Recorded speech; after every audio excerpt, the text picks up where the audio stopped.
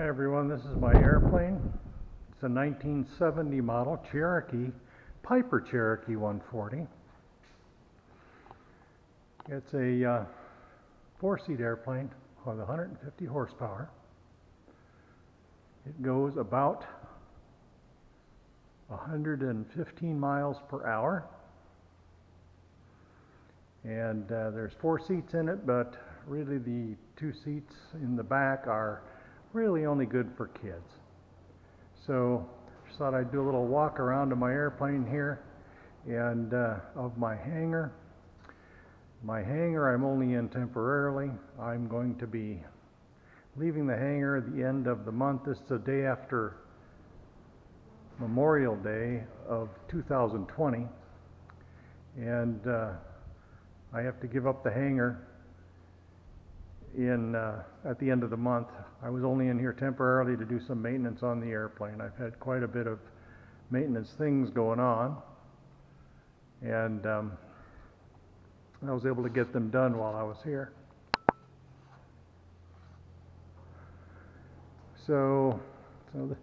This is the airplane, and there's only one door on the airplane, and this is it right here. So everybody gets in and out the one door. And there's a little black walkway here where you step up on the wing to climb into the airplane.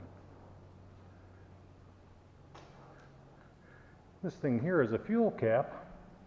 That's where the fuel goes. And it holds I have a tank in each wing, and each one holds 25 gallons for a total of 50.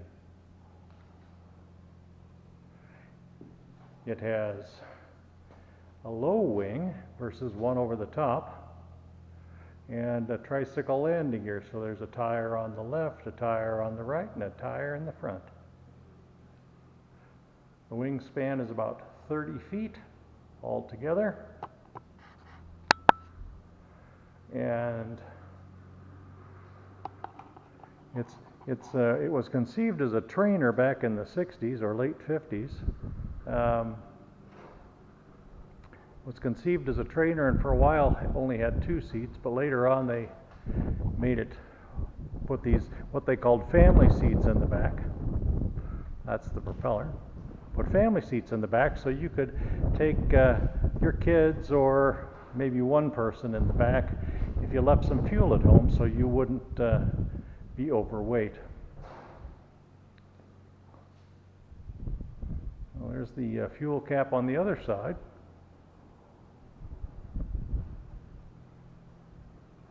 There's some gas cans down here. I have a permit for the aircraft that allows me to use no ethanol automotive fuel, which is about half the price of aviation gas. So at the moment I'm paying probably around $2 a gallon for the no ethanol automotive fuel, where the gas here at the airport's like $4.67 a gallon for, let's call it, real aviation fuel. It's going to get a little dark back here. I've got all the light coming in from the hangar door up in front, and so back here is a little dark.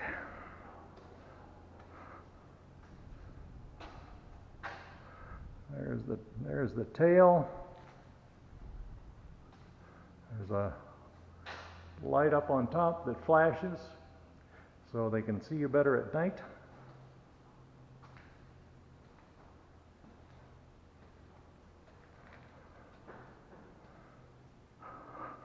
Now this is probably really going to get dark because all the light coming in from the front.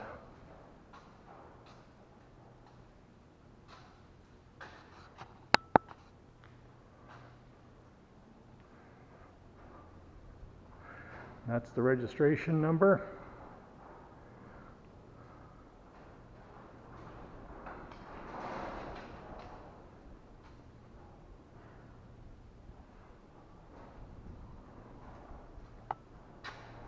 And there's lights on each wingtip, and another one on the tail. The right wing is a green light, the left wing is a red light, and the tail light is a white light, kind of the same as you'd have on a boat.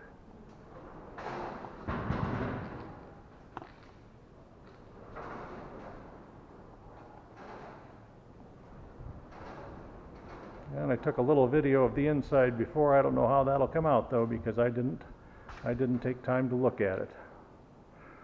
So while I'm here, I'll just show you a picture of the engine.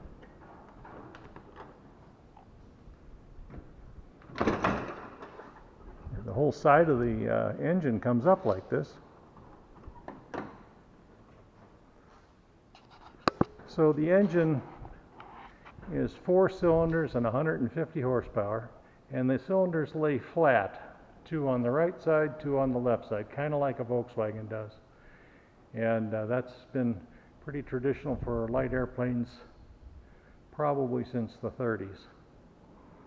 And certainly since I've been around, that's the traditional layout. And there's the orange hoses are like for air for cooling, this big orange hose right here goes from the top of the engine into the exhaust muffler type arrangement, and helps provide heat for the cabin in the winter. And then there's some smaller hoses up here. Everything comes off the muffler for the heat, just like a Volkswagen, that provide defrost air. So there's one on each side. So the muffler is right there. So an airplane's a little unique in that it has 2 sets of spark plugs for each cylinder. The red wires there are the spark plugs, spark plug wires. And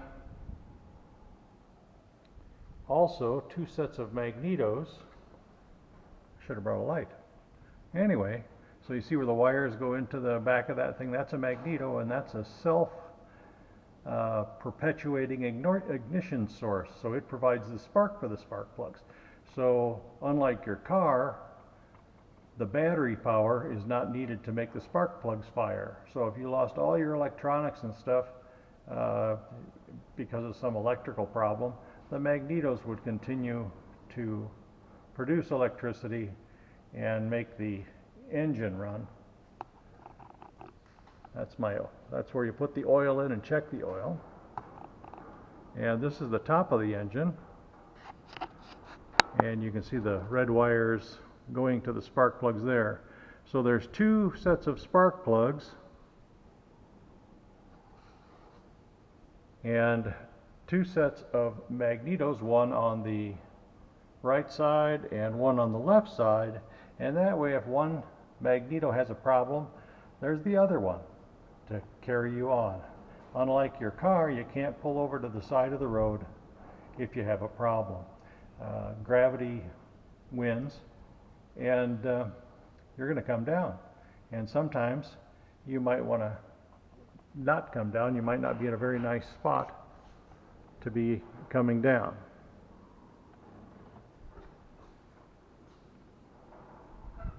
So anyway, I've had this airplane since August of 2019,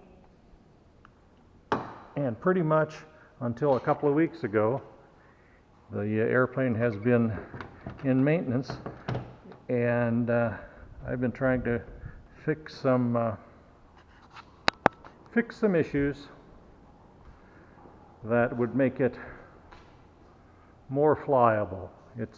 It's a good, solid, strong airplane. It's old, not terribly pretty, but it is structurally sound, and the maintenance on it is very good, largely due to the fact that I did all the maintenance over the winter.